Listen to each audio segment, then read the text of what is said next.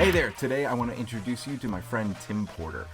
This is an interview I was looking forward to because Tim and I have known each other for almost 20 years at this point, but I realized there's a lot about Tim I didn't know, so it was a wonderful opportunity to learn more about my friend. And I think he's got an absolutely fantastic journey, and I think you'll dig. And especially if you're somebody who is thinking of starting a creative endeavor or anything new in your life, I think his attitude towards new experiences and new learnings is fantastic. So I hope you enjoy my friend Tim. All right, so one of the reasons I wanted to talk to you, Tim Porter, is you said it before we started recording that we have been friends for it's knocking on 20 years at this point. And I kind of realized there's like a whole part of you and your life that I know nothing about.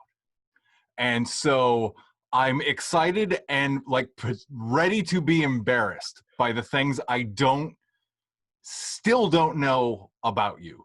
And so the way I want to start all of this off is we have known each other through performance, as performers, as creators. And I think it's really interesting watching what you've done over, like I said, almost these 20 years. You have been in this circle of creators.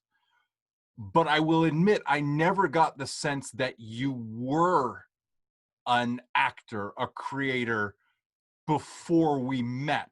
So I kind of want to know, what was Tim Porter doing before before our circles came together in Harvard Square almost 20 years ago? That is a great question, and you hit the nail on the head. I was not a creator, and this is going back in time. So I think I was around like 23 when we met, something around there. So it wasn't like I had a huge history behind me. I was still kind of getting started, but I grew up in an environment that was probably a little bit more traditional. I went all boys Catholic high school, went to a relatively conservative college down south. Certainly things like the Rocky Horror Picture Show were just blew my mind at the time in my early 20s. And I was more of the really good student, played sports, was more of the golden child quarterback type, and not really the artist or someone who kind of spoke up against injustice and tried to have their voice heard. So Mm-hmm. this is all relatively new, and it's really part of my adult life versus the pretty standard middle class upbringing, college, high school, nothing too earth shattering. you know Uh, oh, sorry, go ahead.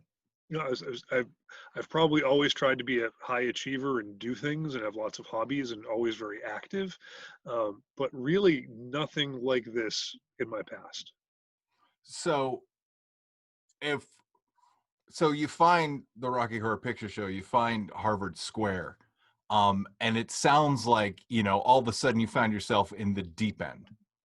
And, again, clear up my memory or back it up. You saw this thing that you had like zero knowledge of, right? Like, and maybe was the antithesis of what you kind of grown up around. Maybe it just was lack of exposure, whatever it was completely new to you. And rather than back away from something 180 from where you were, to me, your curiosity kicked in and you stepped forward rather than step back. Can you kind of like put into words what you saw, what you discovered, what parts of your brain kind of like were unlocked and went, tell me more? I think the curiosity has always been there. Always been an avid reader, always been an avid traveler. So always looking for new experiences. I would be remiss to say a big part of it wasn't a incredibly beautiful woman I met who performed on stage at Rocky, and ended up dating and then getting married to, and we just celebrated our 16th wedding anniversary yesterday. So that was probably a big part of it too. Uh, but it's interesting because, and you may remember kind of like those early days. I was really a significant other, and I think my wife, girlfriend at the time, it was like, "Who is this guy you're with? He was in a fraternity. He's blonde and plays sports. Like he doesn't belong here." Uh, but it was just a very welcoming community, and it was just really exciting. The parties helped. The fun times were certainly enjoyed by all. But it was eye opening to me, and it was part of my kind of personal change from going from, again, an all boys Catholic high Yeah. school to the Rocky Horror Picture Show. That's a bit of a leap, Yeah. and it, And it there, oh, sorry. and it happened over those first few years. I think I don't know if you remember early on when Diana and I were dating, I was usually kind of meeting her after going out to the bars with my Mm, friends, and would usually kind of crash at the back of the theater. And as I got to know everybody and get more involved, um, I think for a couple of years there, I was kind of the de facto security backup for the head of security, which you knew really well. little bit. I was I was a relatively large gentleman that could, she could turn to if she needed help if anything went south. So it was interesting because it really was years and years. I didn't fully perform on cast until I turned 30. So that was Mm, about 7 years of just being part of a show, being in the circle as a significant other, then helping out with pre-shows and smaller things. But yeah. really, it took a few years. And during that time too, helping you out with some of your Yep. projects, getting more involved in the film community, working on short films, primarily as an actor, later on as a writer as well. But it really was just a incredible transition over years and years. Yeah. One of the things I've always appreciated and benefited from directly, but also appreciated just watching you is your willingness to go, okay, and jump in and help. Big or small, you were always game, and that says a lot about, just kind of like anyone, right? Because we're in the uh, yeah, we're in the business of yes, right? Like that's the only way you get stuff done, especially in these collaborative mediums, is you need people to hear you and go yes, and then help out. And since the first time I asked, you were like yes, and maybe some of that undertone was yes. I have no idea what I'm doing, but I will do my best. Yeah, You know, that's how you learn. And yeah. I am not too proud to admit that I happily worked for pizza and Greek salad. I think that was the arrangement early on in some of our collaborations. Absolutely. When you're grinding in DIY, food and bowls of M&Ms, that's what we can offer. Yep. So I just kind of want to hit the point one more time. Did you have any performing background before Rocky? And I guess yes or no, was there ever an interest, but for some reason you didn't take that leap? Or was it truly just not part of your world at all? It was not part of my world at all. Wow. Um, I can't, in high school, because again, we were a small all boys Catholic high school. We didn't have a drama club. Like there was nothing like that. Usually traditionally there's high school plays or choirs. I think there might have been a choir one year with a girls' school, but I was always busy playing sports and studying and wasn't personally involved. And I think maybe a drama class in middle school, maybe, but I think that was something like all students had to take. Mm-hmm. Really, no background whatsoever. In college, was not involved at all, and certainly at the University of Virginia, there was tons of opportunity to be involved in those kinds of Right. things. Was really never an interest, never something I pursued. and was part of other student clubs and other organizations, but never anything on the drama side.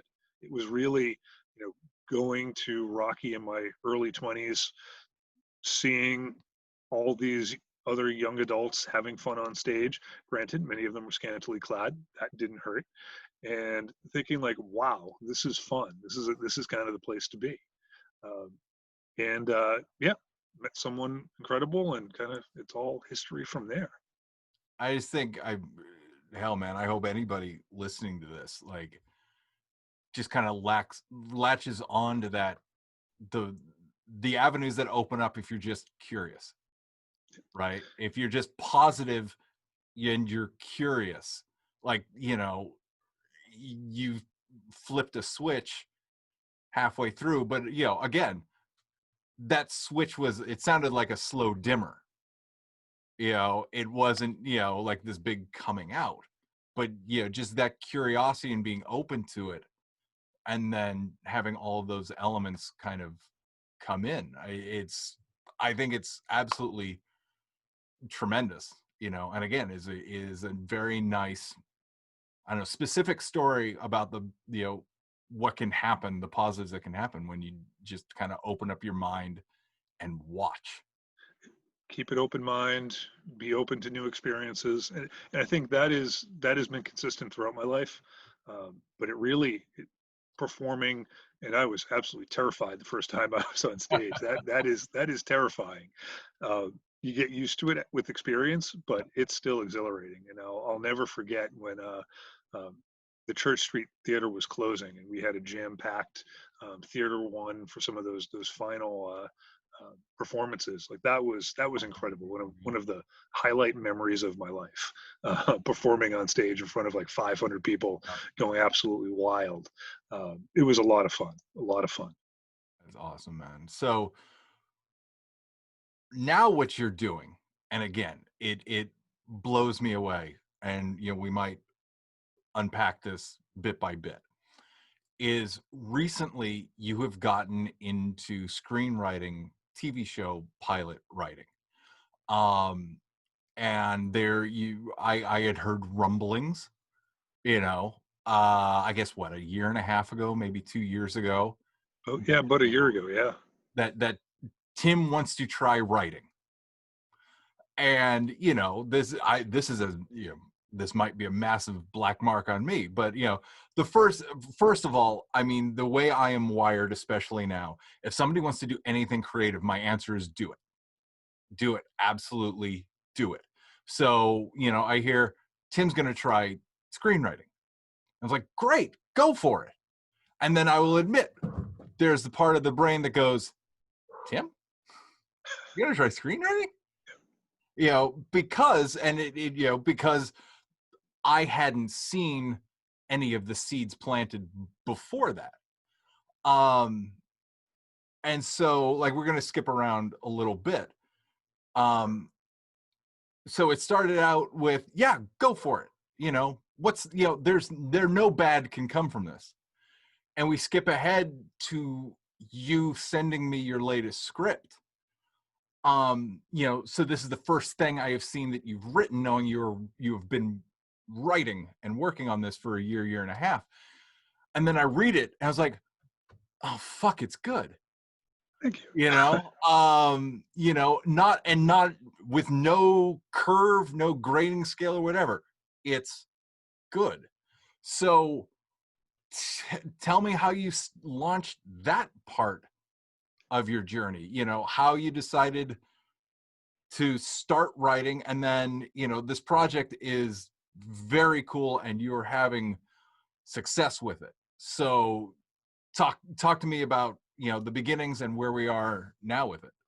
Yeah, it is interesting because it really kind of came out of nowhere. A little bit over a year ago, I had an idea in my head, wanted to develop it further, really having no idea how to write a professional screenplay. And you were one of the first people I kind of went to, and I'm like, I have a Word document with a few outlines on, something I'm thinking about. Really, no idea what I was doing.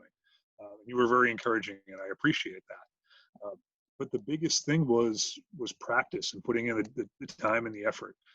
And I don't want to sound like a jackass, but over the past year, it went from you know you've got a good idea, learn how to be a screenwriter.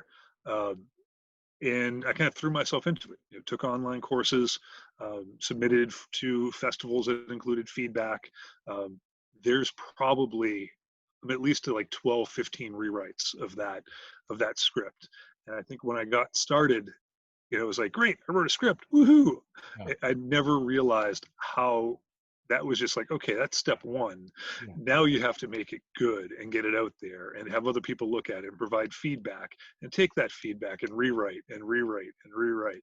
And it's been a really fun trip. And the project Revolution is a reimagining of the time leading up to and including the Revolutionary War, but the perspective and the protagonists are women and people of color, and it's a reimagining of what could have happened if the founding fathers really confronted slavery Mm. and were forced to deliver life, liberty, and have uh, all of that stuff for everybody.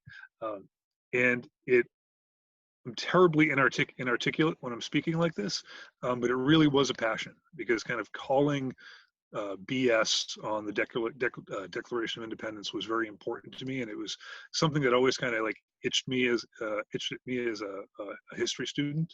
Mhm. And this gave me the opportunity to kind of like write a what if. Mm. And given everything that's going on in the country and in the world over the past couple of years, I wanted to add my voice to the fray too. So it was wicked clumsy at first, but there was a good intention there. And you and some others were very, very supportive early on. Even though I had no idea what I was doing yet, you supported me. So thank you. Of Uh, course. but as I learned what I was doing and kept refining it, it did start to see a little bit of success. Haven't sold it yet. It's not in production, so still have a long way to go. But it is really exciting, and I think I've gotten to a point now where I'm probably punching above my weight class a little bit. Um, and it was recently selected as one of five scripts in the British Independent Film Festival.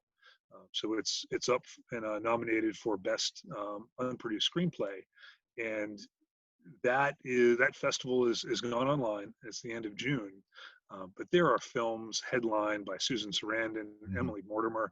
Like I don't belong there, uh, but it's gotten to a point where it's at least it's getting out there and people are reading it, and hopefully there's a chance that it gets made someday. Yeah. If I'm going to put any button on that, it's the idea of if you're curious about something, go for it because you have no idea where it's going to lead, and here you are with with some tremendous success that you earned. It's not luck that you ended up in the top 5. It's earned. And kind of speaking to that, um since you are so fresh on your journey, but you have had success and you have also had um, feedback and rough patches, and you in a very short time you have had to smooth the edges of your craft, right? So all of that, what have you learned is very fresh in your head. So I just want you to like brain dump, from finishing that first script, which if anybody's listening, finishing is the most important thing you can do. Like even if you're halfway through your script and you realize it's shit, finish it, because you can't fix it until it's finished. You can't make it better until it's finished, and you did that. So I mean that is tremendous on its own. And then you went on the journey of learning the craft and getting better. So now I'm really going to shut up and just the things you've learned over this last year, to share with anybody going on this journey, no matter where they are. Yeah, I think you have to approach it with a level of humility. This is an area, and this is like with any craft. Uh, you're not going to be an expert overnight. You don't necessarily know better than people who have been doing it for years and years and years. And I think having an open mind, actively looking for that feedback, whether it be through friends or for networking. And there's also plenty of contests that offer feedback as well that are very, very helpful for burgeoning writers. Uh, you have to accept it and roll with it. I think there's a tendency for some writers to get defensive. And I think that is probably the biggest enemy of improving. You really need to kind of take that constructive criticism and that coaching and strive to get better. And I think across any discipline, that is important. And I think that's probably something that just being you know, a successful professional in a completely different field for years and years and years, that didn't, that wasn't new to me. You always have to take feedback. You're always, you know, working to improve your craft over time. Whether it's IT, which is my primary profession, like you're not an expert right away. It takes a while to learn from others, find mentors, listen to them, and really, put in the time and effort to develop your craft. And it has been, a very successful year. a lot of hard work, but also it's been a lot of fun. And I think being open-minded, reaching out to other professionals. There's lots of online writing communities that can both help inform and inspire a young writer as well. Um, and I'd be happy to go into detail on some of those, either Name online drop or 'em. offline. Well, And name drop them now. I mean, I know part of your success and your enthusiasm has been fueled by these communities and sites that you have found and have dove into headfirst and 100%. So I mean, if it's helped you, let's name drop them. Go for it. absolutely, International Screenwriters Association is one that I've been trying to share with you more Yeah. recently. Into the Script, which is formerly known as like Bang to Write. That's Lucy V. Hayes' online community, and that's purged up to like almost 6,000 people now, Mm. with usually probably a dozen posts per day. So Twitter is also a great place to follow other writers, kind of get feedback and look for ones that are providing notes. And it's really been an amazing community because even a lot of some of the more established writers will, if they have downtime, offer for reads or provide feedback to younger writers or writers that are just starting out. It's really been an extraordinary community to be a part of for the last year plus. And it's great too when your wife is a professional actress and she has a ton of contacts within the greater filmmaking industry. So I've been a part of being on set. Yeah. Executive produced one of my wife's films.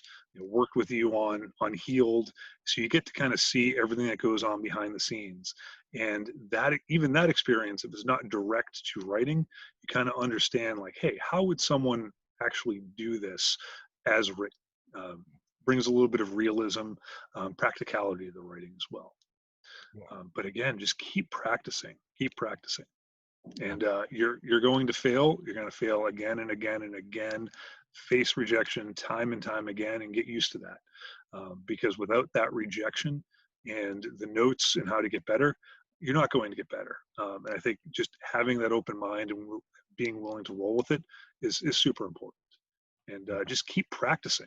In addition to Revolution, and there were lulls there when I was waiting for feedback or just needed something else to work on. I worked on other projects as well, and trying to write a couple of things that are completely different really helped develop different muscles in your writing.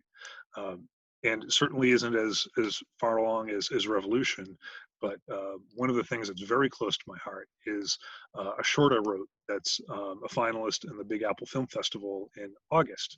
So no idea how that is going to happen in Manhattan at the end of August. Could be go online, could get postponed, uh, but that's another example of just keep writing, even if you have to kind of walk away from one project for a little bit. Pick up something else and just create. I think that's the biggest thing right now. Just keep creating and keep trying to get your voice out there. That's awesome, man. Couple things just to tack on that. I came across a bit of advice that I'm trying to take advantage of, and you kind of hit it with working the different muscles. The idea of like writing 2 scripts at the same time. That way you don't feel like the one thing you're working on is this precious little egg that, has to be perfect, has to be protected. Like you're bouncing around, so it doesn't, like I said, it doesn't feel as precious or elevated to the point that you're scared to screw up. And just being able to ping pong back and forth actually helps everything you're working on. And then just kind of on the bigger thing, if there's anything I want to, take from your story is, if you get into these things for what I will call the right reasons, then, what you get out of it is incredible. Like you're not doing this to get famous, to get paid, to whatever, all this stuff. Your goal is curiosity and improvement, and when that's your goal, so much of that is in your control, which means you can actually accomplish those goals. You can try things and learn from them, and then it doesn't matter what happens with them. Like that knowledge, that learning, that training, that sharpening is with you no matter what. Fame, contests, all this stuff involves other people and involves X factors that you can't control. But when you dive in with the mindset that you're talking about, not only in this screenwriting area, but I think everything we've just talked about the last 20 minutes, if you go in curious, if you go in willing to learn and wanting to learn, the world just opens up and opportunities open up. I agree. And so, I mean, no, go ahead. I was gonna say agreed, and if I was planning a trip to London for the British Independent Film Festival right now, that'd be pretty cool. Don't get me wrong, but the ultimate goal is to have the story be told. That's I want people to read my stories and get the stories out there. So I agree completely. Everything else is a means to an end. It's about getting exposure and trying to get your story in front of people who can help it get made. I think that would be the ultimate goal. That would just, oh man, that would warm my heart if we saw on Hulu or Netflix someday Revolution coming out. That would be awesome. Be absolutely beautiful. If people want to learn more about Tim Porter, about the stuff you're working on, and also who you're following to get better, where can they find you? Twitter is the best place to go. Boston Porter is the tag. And I'd love to follow people back and get to see how their careers are developing and what they're working on too. Love to collaborate with people, and again, really trying to work with other people to improve everyone's careers, because a rising tide really does lift everyone's boats, and that's why I'm trying to do it, and why I've always been so enthusiastic to help others with their projects. Yeah, man. I guess we'll just tie it up the way we started. I have always appreciated your willingness to dive in, whether you were comfortable with it or not. You said yes, and you brought, just a wonderful attitude and positivity to everything. So as somebody who has benefited from that and is going to benefit from it very soon, again, I thank you so much. And it thrills me to no end to see you start this kind of new creative endeavor, and already kind of enjoy the fruits of everything you're already putting into it. And I mean, hopefully people listening also see part of the story is the work that went into it. It wasn't a first draft that got lucky. It sounded like a first draft that needed work, and you put the work in, right? And now it's giving back to you. And shit, man, if anybody's listening to this going, oh, I want to do X, but that's not me, this is a wonderful story that it doesn't matter where you were yesterday. You can start going someplace new today. And Absolutely. I think it's absolutely powerful and wonderful. So thank you so much for sharing that part of your story, man. You're very welcome. I look forward to seeing baby and have this keep getting bigger and bigger. Absolutely. I'm excited to see what you're doing next too. Thank you, man. Thank you for this. Stay safe. We will chat very soon. And that's my friend Tim. So beyond being just a wonderful friend and supportive person in my life for the last 20 years, he's been an inspiration this last year and a half to see him start his own creative journey, and just the work ethic and grind that he's put into it even in this short amount of time. So I hope that inspired you as well. So thank you for watching, and we'll come back with another baby talk later.